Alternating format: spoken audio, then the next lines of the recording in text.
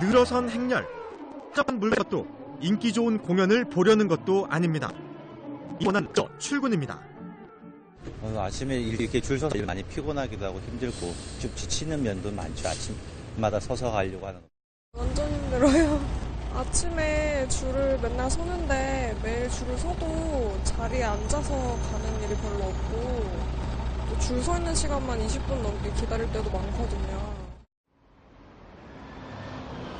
통계청에 따르면 지난해 경기도로 유입된 인구 14만 6천여 명입니다. 이 중 절반을 넘는 35만 9천여 명이 서울에서 이동했습니다. 전문가들은 이들 중 상당수가 서울의 높은 전세가를 이용한 것으로 분석하고 있습니다.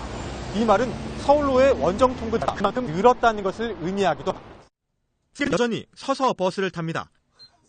정부의 입석금지 정책은 이미 실효성이 없다는 적이 사정이 이러하자 경기는 서울로 오가는 버스를 탑니다. 서울시는 난처합니다. 이미 서울로 진입하는 경기도의 광역버스가 180개 노선 2,500대에 달하기 때문입니다. 경기도에서 오는 시내버스들이 대부분 큰 도로라든지 중앙전용 차로를 타고 오다 보니까 굉장히 그 구간이 막혀서 버스로서의 기능을 제대로 못하고 있습니다. 두 번째로는 저희 시내버스는 지금 CNG가 100% 돼 있는데요. 지금 경기도에서 진입하는 버스 중 일부는 지금 경유버스로서 서울시 공기가 좀 악화되고 있는 상태에서 좀 더 그거를 악화시킬 수 있는 우려가 있기 때문에 저희가 조금 증차에 대해서는 좀 막고 있는 상황인데. 전문가가 내놓은 대안은 서울시 외곽에 환승센터를 만들자는 절충안입니다. 광역버스를 단순하게 정차만 시키면은 서울 강남대로와 같은 그런 혼잡 지역을 통과할 때 버스 트레인 현상이 발생해서 버스가 제대로 통과하지 못하기 때문에 이런 정차 효과를 볼 수가 없습니다. 따라서 서울 외곽 지역에 환승센터나 환승정류장을 건설을 해서 경기도 버스를 회차시키고 서울시 버스나 지하철로 이렇게 환승하도록 해서 서울 도심으로 들어오도록 하는 게 필요하다고 봅니다. 하지만 이러한 방안은 경기도가 반대입니다.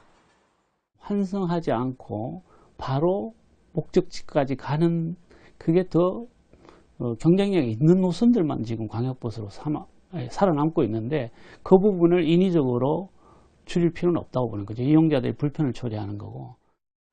결국 같은 요구와 거절만이 반복되고 있는 상황에서 경기도의 원거리 통근자들은 뚜렷한 대안을 기대하며 오늘도 만원 버스에 몸을 싣습니다. TBS 오정현입니다.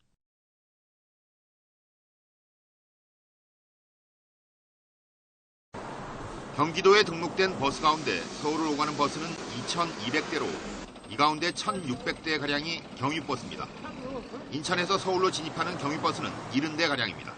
하루 평균 40만 명이 경기와 인천에서 서울행 경유버스를 이용합니다.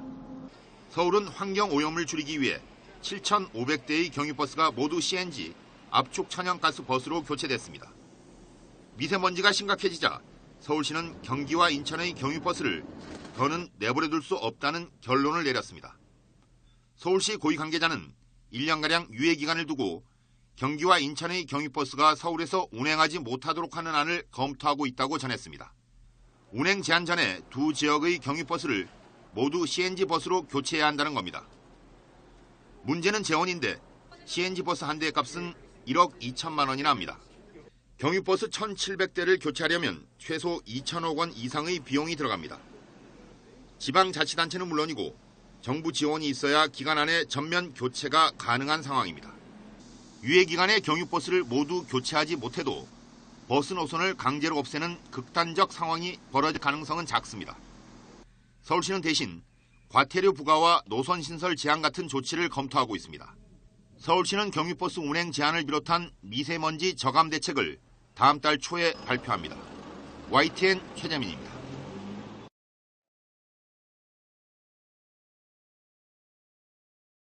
서울시는 지난 7월 16일부터 광역버스 입석 운행이 금지됨에 따라 5개 노선에 11대 차량을 증차해 운행하고 있습니다.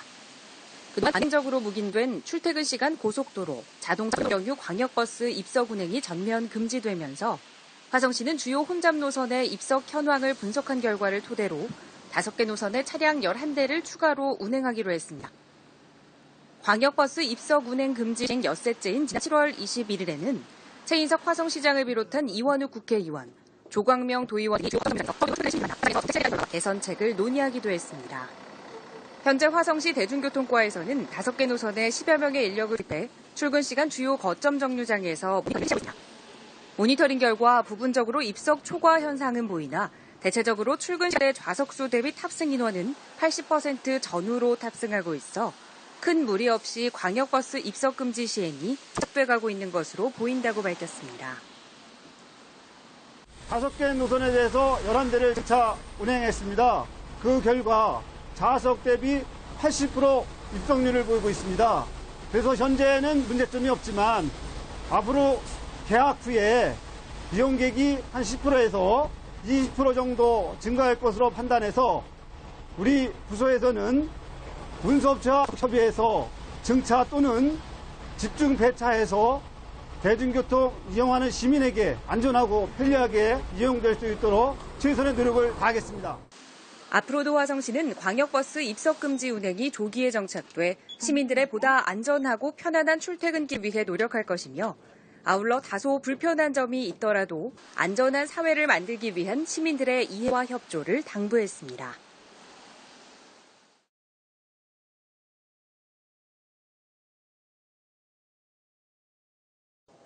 네, 수도권으로 오가는 직행 좌석버스를 통과한 입석 운행이 오늘부터 금지됩니다. 안전을 강화하자는 차원인데요. 이제 8시가 다 돼가는데 막바지 출근길 혼잡이 예상되고 있습니다. 소방청의 현장 분위기 알아보겠습니다. 김경수 기자, 지금 상황은 어떻습니까? 네, 저는 경기 성남시 분당구 서현역 근처에 있는 버스 정류장에 나와 있습니다. 이곳 버스 정류장은 서울 도심으로 직행하는 광역 좌석버스와 그리고 다양한 버스들이 많이 오가는 곳인데요. 아침 7시부터 버스를 출근해 이용하려는 사람들이 몰려있습니다. 7시에 사람들이 가장 많이 몰리면서 줄이 50m 이상 길게 이어지기도 했습니다. 시민들이 20분 이상 버스를 기다리는 등 불편을 겪기도 했는데요. 기다리다 못한 일부 시민들은 입석으로 버스를 지금은 많이 통행했습니다. 안전을 강화하는 취지에서 국토교통부가 오늘부터 수도권 광역버스에 좌석제를 도입했습니다. 빠른 속도로 달리는 버스에 승객들이 서 있을 경우 사고나 돌발 상황 시 더 큰 피해가 우려된다는 것이 이유였는데요.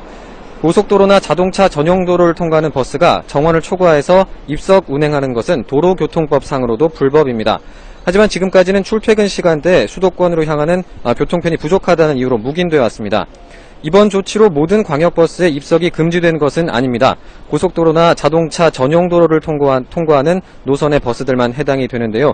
그렇기 때문에 예를 들어서 일산에서 수색로를 따라 광화문으로 가는 1000번 버스의 경우는 입석 운행이 불법이 아닙니다. 현재 출퇴근 시간에 고속도로를 통과하는 직행 좌석버스는 131개 노선에 대수로는 1629대 정도로 파악되고 있습니다. 이용 승객은 11만 명으로 추산되는 가운데 이 중 13%인 15,000명이 입석으로 이용해 온 것으로 조사됐습니다. 입석금지 첫날을 맞아서 출퇴근 시간에 교통난 해소를 위해서 새벽 6시부터 아침 8시 반까지 그리고 오후 6시부터 밤 9시까지 직행 좌석버스 222대가 추가로 투입됐습니다. 버스 안에 있는 안내문 혹은 각 지자체 홈페이지에 있는 고지문을 확인합니다. 단속할 계획입니다. 오늘 입석금지 첫날 차량이 증차됐지만 출근길이 급한 이용객들이 마냥 다음 빈차를 기다리긴 힘들어서 입석으로 타는 등 예상했던 혼란이 발생해 이에 대한 대비책이 필요해 보입니다. 지금까지 경상시 BTN 김경수입니다. 한 버스로 부른 수도권 좌석버스의 입석 운행이 오는 16일부터 금지됩니다. 경기는 출근이 없도록 여러 대책을 세우고 있습니다. 최지연 기자입니다. 현재 고속도로로 주행하는 수도권 좌석버스는 129개 노선에 1,600여 대. 정부는 기존 노선을 조정하고 200여 대의 버스 증차를 통해 입석 운행에 따른 위험성을 없애기로 했습니다. 버스 증차와 함께 좌석 수요가 많은 중간 정류소부터 정차하는 이른바 출근형 버스를 운영할 계획입니다. 상용과 현장 병행에 예상치 못한 혼란을 처리할 중입니다. 하지만 시행 한 달 동안 노선별 현장 상황에 따라 탈락입니다. 사는 입석 해소 대책을 원활히 추진 위해 정류소를 방문 중입니다. 입석이 금지되니까 더 여유 있게 나와야 되겠죠. 저희가 일단 좀 버스 대출 늘리려고 그래요. 좌석버스 입석금지 시행을 계기로 남지사의 핵심 공약 중 하나인 2분마다 서울로 출발하는 굿모닝버스 도입도 구체화될 수 있을 것이란 전망입니다. 어떤 제도가 시행이 도입하려면 시행착오가 있는데 굿모닝버스 도입하는 과정에서 충분히 녹여낼 수 있을 것 같고. 버스를 타고 서울로 출퇴근하는 주민이 상당수를 차지하는 경기도. 경기도는 서울시 등과 협의를 통해 주요 포인트의 환승센터를 만들고 여러 지선을 연결하는 등 다각도로 대책을 통해 출퇴근을 줄이겠습니다.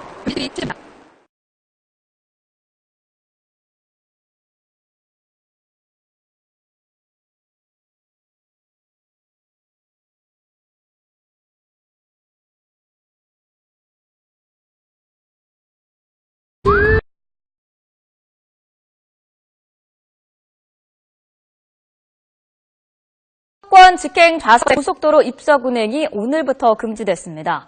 자동차 전용 도로에서는 입석으로 운행하지 못한다. 그는 출퇴근 시간대 수도권 대중교통 부족으로 사실상 묵인되어 왔습니다. 원칙을 적용하기 시작한 첫날 첫 출근길은 어땠을지 화면으로 보겠습니다. 지금 보시는 화면은 오늘 출근 시간 경기도 성남시 분당구 서현역 근처 버스 정류장의 모습입니다. 출근길에 나선 시민들이 버스를 타려고 길게 서는데요.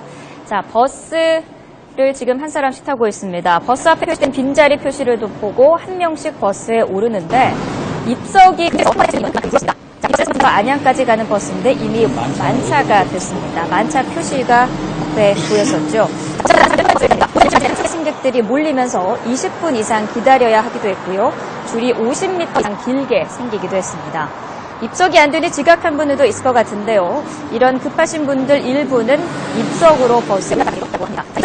그래서 출퇴근 시간대에는 직행 좌석 버스 220여 대가 추가로 투입됐다고 하는데요. 앞으로 한 달 동안 이렇게 운영하면서 승객 불편이나 문제점들을 파악하고 다음 달 중순부터는 입석 운행을 본격적으로 단속하기로 했습니다. 세월호 참사 이후 광역버스의 입석이 전면 금지됐지만 여전히 입석 운행이 이뤄지고 있습니다. 요금까지 올리도록 허용했는데 말짱 헛일이 됐습니다. 강창구 기자가 현장에 있습니다. 경기도에서 서울 운행하는 광역버스입니다. 출근 시간에 맞춰 직장인들이 대거 몰리면서 광역버스는 벌써 아닙니다. 빈자리가 없지만 지각하지 않으려면 어쩔 수 없이 서서라도 갈 수밖에 없습니다. 늦을까봐 어쩔 수 없이 탈 수밖에 없는 상황이고 이제 버스 기사 입장에서는 거기에 이제 타지 말라고 할 수 없는 상황이다 보니까 광역버스는 고속도로를 빠른 속도로 달리기 때문에 자칫 사고라도 나면 대형 참사를 피할 수 없습니다. 최근 잇따라 발생한 고속도로 버스 교통사고 때문에 승객들은 더욱 불안합니다. 서서 이제 출퇴근을 하다 보니까 이제 고속버스 접어들면 이제 속도가 이제 붙기 때문에 많이 흔들리고 해서 이제 불안하고. 세월호 참사 이후 고속도로와 자동차 전용도로를 운행하는 수도권 광역버스는 입석이 전면 금지됐습니다. 하지만 입석 금지 규정을 어겨 경찰에 단속된 광역버스는 고작 11건. 그나마 작년 4월 이후에는 단 한 건도 없습니다. 도민 안전을 위해 입석 금지했지만은 여전히 입석은 계속되고 있고 단속도 전혀 되지 않고 결국 도민의 요금 부담만 가중된 실패된 정책입니다. 경기도는 광역버스 입석을 위해 요금 이상으로 전세버스 투입했으며 차량 증차를 명분으로 162억 원을 버스회사에 지원했습니다. 하지만 수도권 광역버스는 여전히 위험을 안고 달리는 콩나물 버스 신세를 면치 못하고 있습니다. 연합뉴스TV 강창우입니다.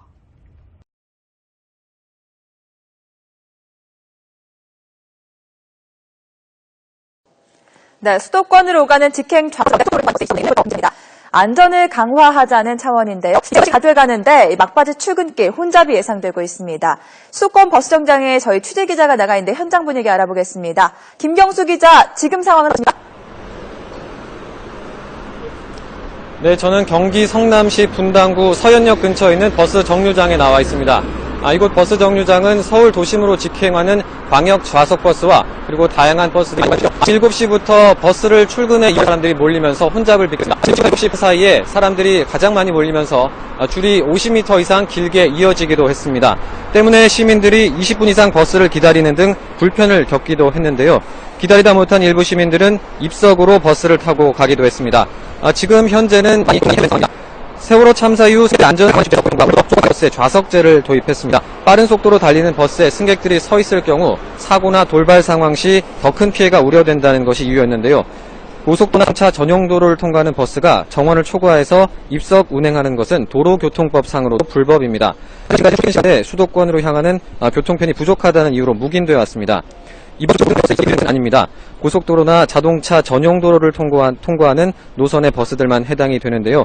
그렇기 때문에 예를 들어서 일산에서 수색로를 따라 광화문으로 가는 1000번 버스의 경우는 입석 운행이 불법이 아닙니다. 현재 출퇴근 시간에 고속도로를 통과하는 직행 좌석버스는 9대 정도로 파기되고 있는 것으로 조사됐습니다.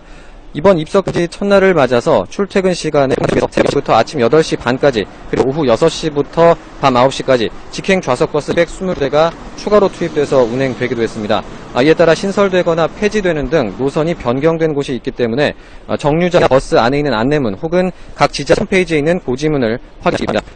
문제점을 파악해서 개선하고 다음 주부터 입석 운행 출근길 이용객들이 마냥 길어서 입석으로 타는 등 예상 혼란이 발생해 이에 대한 대비책이 필요해 보입니다. 지금까지 경기 성남시 서현역 앞 정류장에서 YTN 김경수입니다.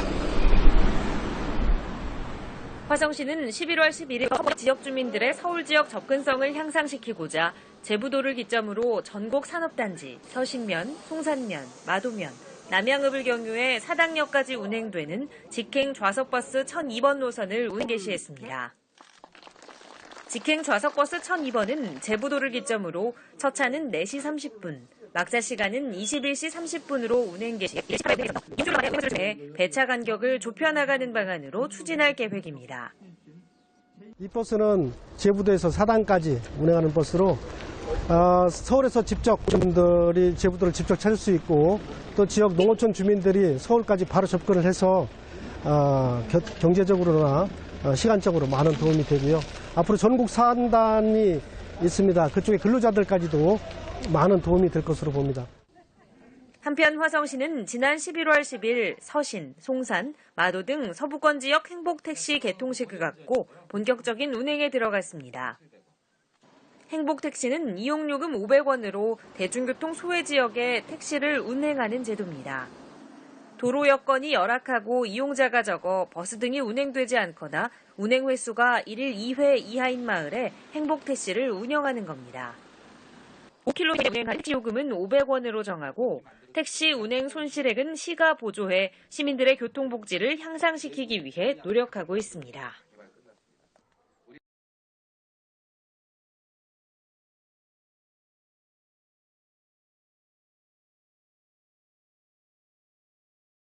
여러분 안녕하십니까. 며칠 전 승객 70여 명을 태운 좌석버스가 트럭과 충돌해 10명이 다치는 사고가 났습니다. 네, 입석 승객이 많아 사고를 키웠는데 사고가 난 이후에도 달라진 점은 없습니다. 이태훈 기자가 직접 출근길 버스를 타봤습니다. 직진하던 좌석버스가 신호를 위반하고 유턴하던 트럭과 충돌합니다. 출근길 45인승 버스 안에는 승객 70여 명이 타고 있었고 이 가운데 10명이 부상을 입었습니다. 하지만 사고 이후에도 정원 초과 운행은 계속되고 있습니다. 지금 제가 있는 부산 정관 신도시에서 서면까지는 버스로 50분 정도 걸립니다. 제가 직접 이 구간을 오가는 1010번 좌석버스를 타보겠습니다.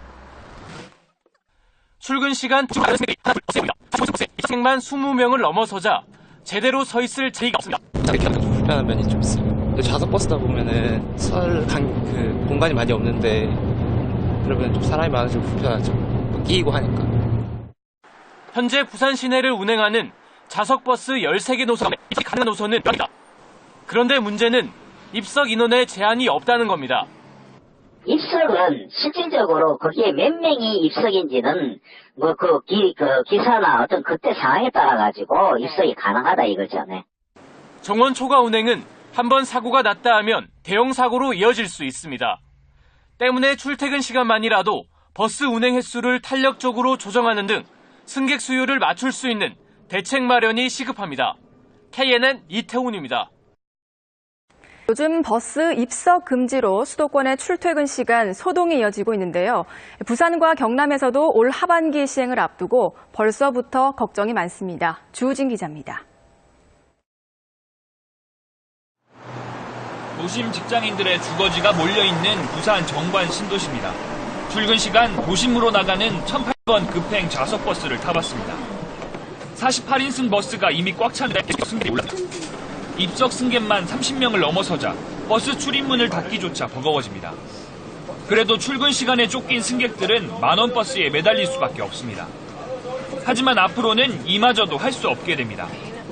자동차 이용이 금지되기 때문입니다. 부산 도시고속도로인 번영로를 지나는 1008번과 1007번 노선이 해당됩니다. 두 노선은 출퇴근 시간에만 2,000명에 가까운 승객들이 몰립니다. 이제 저 같은 경우는 정관에서 마지막 정류장에서 타면 이제 그냥 지나가는 경우가 발생하니까 되게 불편할 것 같아요. 입석을 안 하려면 버스가 10대 정도는 더 필요한데 없습니다. 역하고 연계해가지고 환승 체계를 좀 구축해서 좀 배차 시간을 좀 단축해가지고 차가 자주 다니게끔. 경남은 더 심각해 아예 현황 파악조차 하지 않고 있습니다. 자동차 전용 도로인 창원터널을 지나는 5개 노선의 승객만 하루 평균 7,000명. 대책은커녕 출퇴근 승객이 몇 명인지조차 모르고 있습니다. 출퇴근 시간 데이터로 파악된 건 없고요. 그때 입석이 발생한다는 거 그것만 저희가 파악하고 있거든요. 일단 자동차하고 기내시하고 논의를 해봐야 됩니다. 자동차 전용도로 입석 금지는 빠르면 올 10월쯤 시행될 가능성이 큽니다. 혼란에 혼란을 거듭하고 있는 수도권의 모습을 따라가지 않으려면 지금부터 준비가 필요합니다.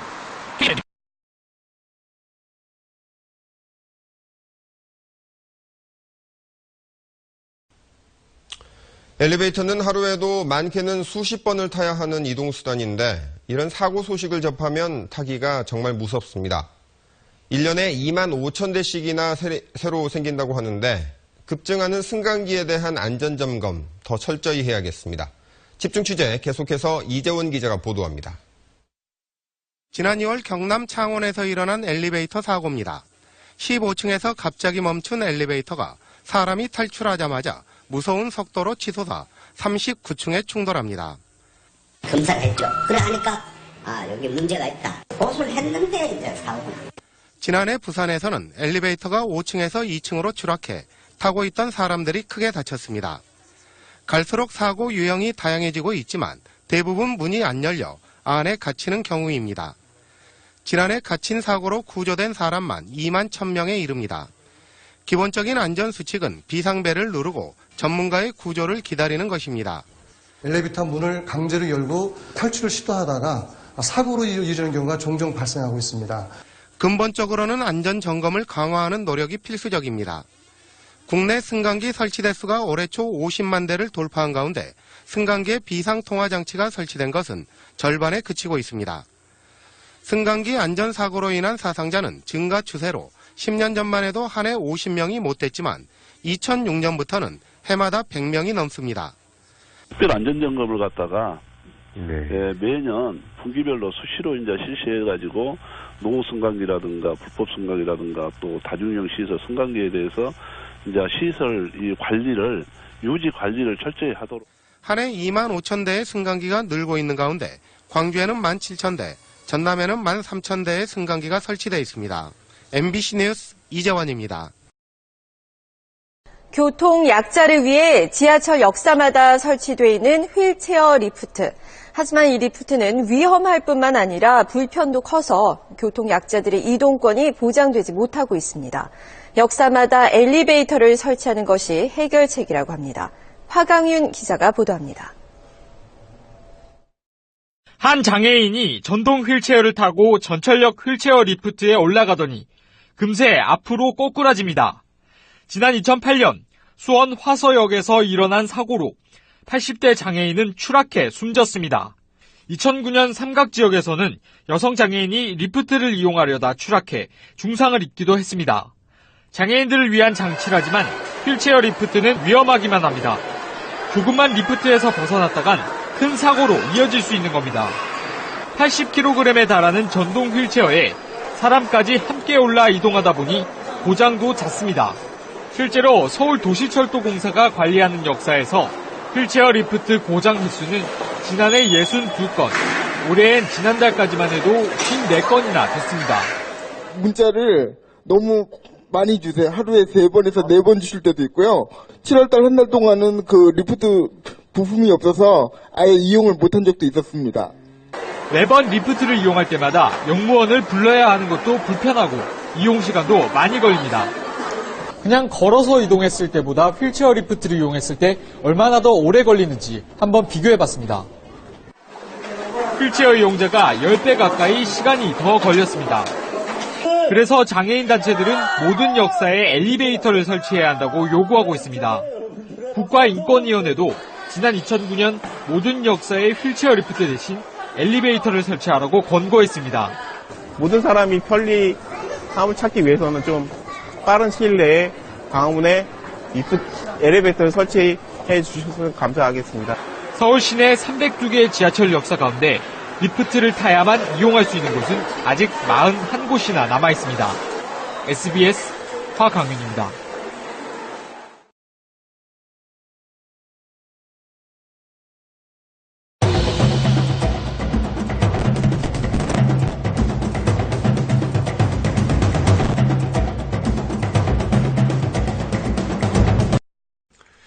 출발하는 전동차에 부딪혀 선로로 떨어진 90대 노인을 의경이 구조했습니다. 철도 파업으로 지하철 역사 순찰에 투입된 의경이었는데 긴급한 상황에 침착하게 대응해 한 생명을 살렸습니다. 송명희 기자입니다. 지하철이 막 출발한 순간 승강장에서 한 노인이 지하철을 향해 달려들어 그대로 부딪힙니다. 노인은 승강장에 쓰러지고 모서리를 잡고 버티던 노인은 1분쯤 뒤 선로 위로 떨어집니다.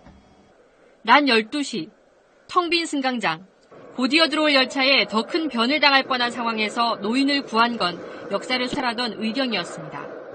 플랫폼에 핏자국이 떨어져 있어서 혹시나 해서 선로를 살펴봤는데 선로에 할아버지 한 분이 박상경은 서둘러 영무실에 열차 진입 통제를 요청하고 119에 신고했습니다. 곧이어 도착한 동료 의경 구조대원들과 함께 박상경은 할아버지를 승강장으로 끌어올렸습니다. 불과 10여 분 사이에 이루어진 일입니다. 시민분의 안전부터 확보해야겠다는 생각으로 근무에 임했습니다. 박상경 등은 철도노조 파업으로 역사에 투입돼 순찰을 중였습니다.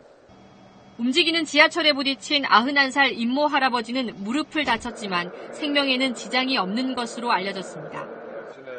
한 의경의 침착한 대응이 귀한 생명을 살렸습니다. KBS 뉴스 송명희입니다. 부산에서 시간이 선로로 떨어지는 아찔한 사고가 일어났는데요. 기관사와 영무원 그리고 용기 있는 시민 덕분에 무사히 구조됐습니다. 이준석 기자입니다.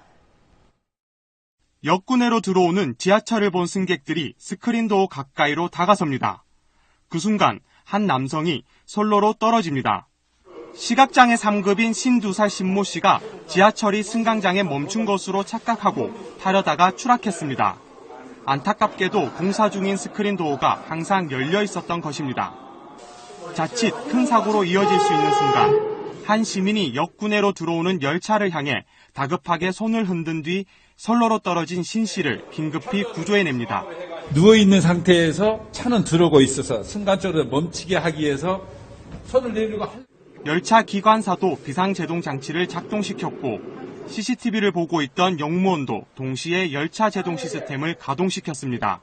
승객분이 선로로 떨어지는 걸 보고 제가 긴급하게 비상제동과 그 기적을 지명하고 열차를 긴급하게 정지시켰습니다. 비상제동이 작동된 열차는 사고 지점으로부터 약 5m 앞에 멈춰섰습니다. 한 용기 있는 시민의 기지와 위급 상황에서도 당황하지 않는 기관사와 영무원이 소중한 생명을 구했습니다. KBS 뉴스 이준석입니다. 지하철 선로로 추락한 시각장애인을 한 용감한 시민이 구했습니다. 전동차가 들어오기 직전 시각장애인을 안고 승강장 아래 공간으로 피했습니다. 박민철 기자가 보도합니다. 시민들이 전동차와 승강장 틈 사이를 걱정스레 지켜봅니다. 곧이어 전동차가 떠나자 승강장 아래 선로에서 두 남성이 나와 여성을 부축합니다. 이 여성은 발을 헛디뎌 선로로 추락했던 시각장애인 63살 김모 씨입니다. 김 씨는 선로에 추락하면서 발을 다쳐 선로에 주저앉아 있었는데 전동차가 들어오기 직전에 한 시민이 선로로 뛰어내렸습니다. 이 시민은 재빨리 김 씨를 데리고 선로 옆 빈 공간으로 대피했습니다. 그분이 안에 들어가 있어서 바로 기차가 들어왔음에도 불구하고 튀지는 않은 거죠. 거기 사람 한 명 정도는 충분히 들어갈 수 있는 공간이에요. 전동차가 멈춘 뒤 역에서 근무하던 공익요원도 객차 사이의 공간을 통해 선로에 들어가 두 사람을 도왔습니다. 지하철 승강장 아래의 빈 공간에 들어가면 전동차를 피할 수 있다는 사실을 알고 있던 용감한 시민의 발빠른 대처가 한 생명을 구한 겁니다.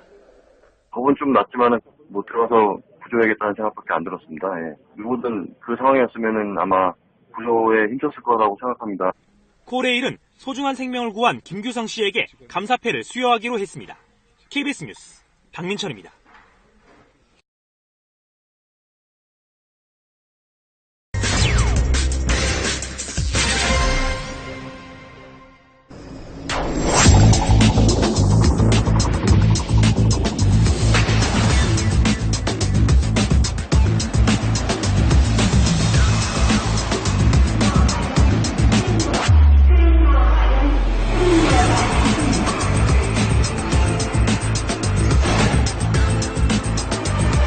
처음에 그 탔을 때 비용과 교율을 우선시하다 보니까는 완전히 직전으로 밀린 거죠.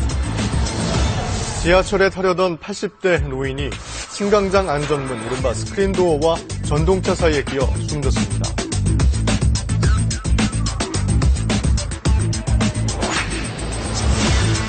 추락사고는 많이 줄었으나 다른 안전사고들이 많이 발생하고 있고요.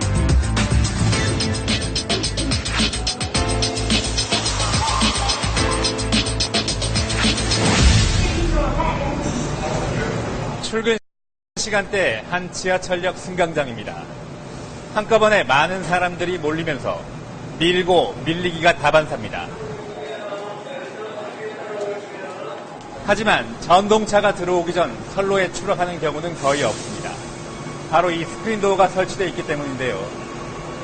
스크린도어 설치 이후 선로 추락 사고도 크게 줄었습니다.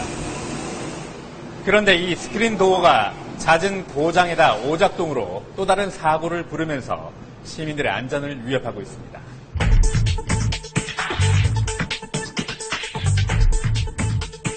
하루 평균 720만 명이 이용하는 서울 지하철. 1호선에서 9호선까지 308개 모든 역의 승강장엔 스크린도어가 설치되어 있습니다. 2005년도부터 설치를 시작해서 2009년도 12월 말에 완공을 했습니다. 그래서 본격 가동은 2010년도부터 시작됐고요. 효과는 확실했습니다.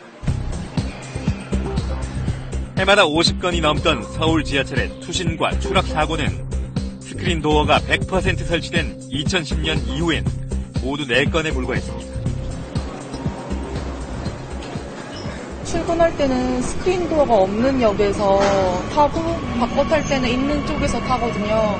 아무래도 이렇게 있으면 좀 안전한 마음이 들기도 해서. 스크린도어가 설치되면서 투신과 추락 사고는 거의 사라졌습니다. 그러나 예기치 못했던 또 다른 사고를 불러왔습니다.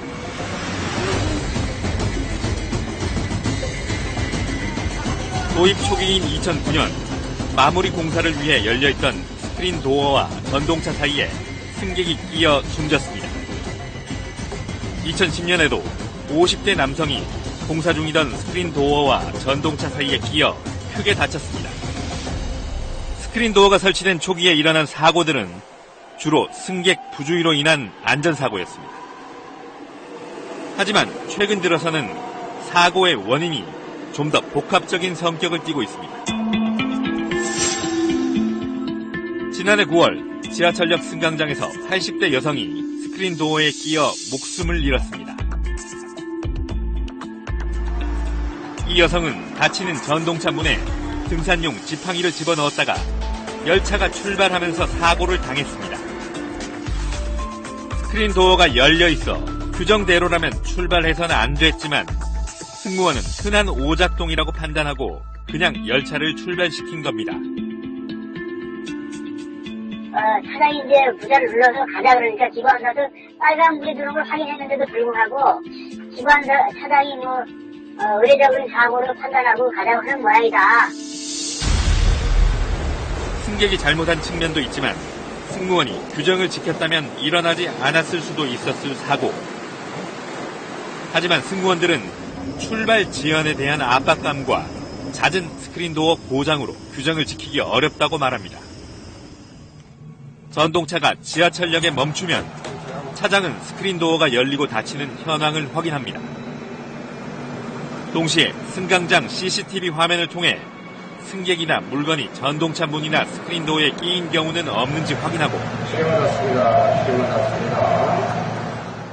비로소 문을 닫고 다음 역으로 출발합니다. 정차에서 출발까지 30초 남짓한 시간에 모든 작업을 마무리해야 합니다. 스크린도어 문이 40개입니다. 역간 보통 30초 내외에 승객 취급을 해야 되는데요. 한 개의 스크린도어가 고장 남으로써 다시 원위치시키는 과정들이 벌써 거기서 한 몇십 초 지나버리면 열차가 당연히 지연될 수밖에 없는 거고요. 지난해 5월 일어난 서울 지하철 2호선 상황심리역 추돌 사고. 신호 오류를 파악하고도 제대로 조처를 취하지 않아 일어난 사고로 결론났지만 스크린도어 고장도 원인을 제공한 것으로 분석됐습니다.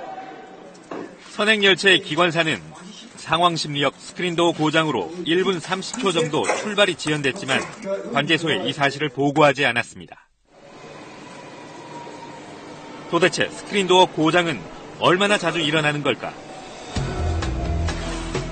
서울 지하철 1, 2, 3, 4호선을 운행하는 서울 메트로의 경우 2013년 2,400여 건, 2014년 2,800여 건, 올해는 4월까지 980여 건이라고 밝혔습니다. 하루 평균 6.6건에서 7.8건, 8.2건으로 해마다 조금씩 늘고 있습니다. 올해 들어서는 한 역에서 매달 평균 8.1건의 고장이 일어난 셈입니다. 센서는 그 외부 환경에 노출이 심하면 상당히 영향을 받습니다. 예를 들어서 자외선이라든지 눈, 비, 외부 환경에 노출되다 보니까 장애가 많이 신고가 들어오는 게 사실입니다. 그런 경우 다 포함해서 부품 노화도 녹아져 있는 부분이 있고요. 그런데 서울 메트로 측이 밝힌 스크린도어 고장엔 일시적인 오작동은 제외돼 있습니다. 고장은 정의가 부품을 교체를 해야 되거나 또 아니면은 부품을 조정을 해야 되거나 그런 경우 고장으로 정의를 내리고요. 그 중에는 그러면은 일시적인 오작동 같은 경우에는 고장으로 안 잡히는 거죠? 그렇죠. 예, 맞습니다. 네티즌들이 스크린도어 고장이라며 촬영해 인터넷에 올려놓은 동영상들입니다.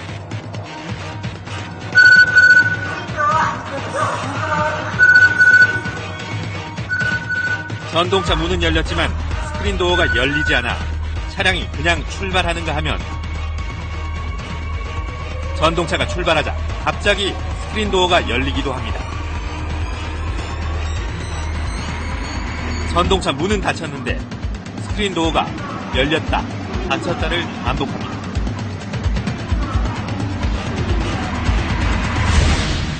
하지만 서울 메트로 기준으로 보면 점검 뒤에 부품에 문제가 없을 경우 일시적인 오작동일 뿐 고장으로 집계되진 않습니다. 고장으로 잡히는 것 외에 저희 승무원들이 경험하는 오작동, 장애 사례는 훨씬 많습니다. 그런 것들이 반복적으로 일어나다 보니까 사람이 끼어서 PSD가 안 닫히는 경우도 그런 오작동 사례가 자주 있다 보니 오판을 할 수 있는 그런 경우도 생길 수 있는 거죠. 스크린도어가 닫히지 않아도 전동차가 출발할 수 있는 시스템 역시 사고를 부를 수 있습니다. 서울 지하철의 경우 2호선과 5, 6, 7, 8호선은 승강장에 스크린 도어가 열려 있으면 전동차의 운행이 자동으로 중단됩니다. 하지만 1호선과 3호선, 4호선은 스크린 도어가 열려 있어도 전동차 출입문만 닫히면 열차가 출발할 수 있습니다. 스크린도어가 닫히지 않으면 출발을 할 수 없는 그런 시스템이었다면 그런 사고는 예방할 수 있었습니다. 스크린도어가 닫힙니다. 문제는 시스템 교체에 드는 비용입니다. 지금 우리 매트에서 국비로 지금 요청도 하려고 그럽니다. 하려고 그러는데 예산이 너무 많이 써야 됩니다. 한 70억 정도 써야 되는데 그거를 이번에 하반기 때 추경이나 내년 예산에 반영해서 설치하려고 합니다. 스크린도어의 고장과 오작동이 잦은 근본 원인에 대해서는 최저 낙찰제의 폐해가 거론됩니다. 1호선에서 4호선까지 스크린도어 제작에 참여한 업체는 5곳. 취재진이 입수한 스크린도어 장애 현황을 보면 한 소규모 업체의 장애 비율이 전체의 절반을 넘었습니다. 몇 개 역 단위로 해서 발주를 했고요. 그리고 업체 선정에 있어서 최저가 낙찰제를 하다 보니까 업체의 어떤 기술력이라든지 안전성 검사가 제대로 안 되면서 무분별하게 이렇게 좀 건설이 됐고요. 그리고 서울시 입장에서도 빨리 좀 건설해라고 독촉을 하면서 메트로 측에서도 제대로 검증을 못하면서 시공을 했던 것 같습니다. 외주 업체에 맡기고 있는 스크린도어 유지 보수 방식을 개선해야 한다는 지적도 있습니다. 이렇게 좀 종합적으로 이렇게 관리가 돼야 되는데 아무래도 외주분들은 책임성이 약하고 기술이 부족하다 보니까 자기가 맡은 부분만 하다 보니까 여러 가지 문제가 생길 수 있는 여력이 있는 거죠. 철도기술연구원의 서울메트로 안전점검 보고서입니다. 스크린도어의 중장기적인 유지 보수와 보완 계획은 서울메트로의 해당 업무로 판단된다며 개선 검토를 권고하고 있습니다. 서울메트로는 유지 보수는 계속 외주에 맡기되 서울메트로 전직자를 90명에서 38명으로 줄이고 자체 채용을 35명에서 87명으로 늘려 전문 기술 인력을 확보하겠다고 밝혔습니다. 그 PSD가 영역이 3년인데 올 5월 30일 날 끝났습니다. 끝나고 다시 6월 1일 날 신규 계약한 거고. 서울도시철도공사 노조는 44일간 천막 농성을 벌였습니다. 안전력 확보하고 시민안전 지켜내자. 시민안전 지켜내자. 노조는 신호설비 업무와 스크린도어 유지 보수 업무를 분리해 줄 것을 요구했습니다. 신호 업무는 신호 업무, 지금 그다음에 PSD 업무 따로 분리를 하면서 운영을 해야지만 이게 전문화가 되고 사고도 방지를 할 수 있다고. 서울도시철도공사도 스크린도어가 일반 구조물이 아니라 안전시설이라는 점에 동의하고 스크린도어 전담 부서를 만들기로 했습니다. 지난해 9월 기준으로 전국의 지하철과 국철의 스크린도어 설치율은 69%. 올해 초 도시철도법 일부 개정 법률안이 통과돼 국고 지원이 60%로 늘면서 스크린도어 설치는 가속도가 붙을 것으로 보입니다. 하지만 그 못지않게 고장을 줄이고 제대로 관리하지 않으면 안전사고의 위험은 계속될 수밖에 없습니다.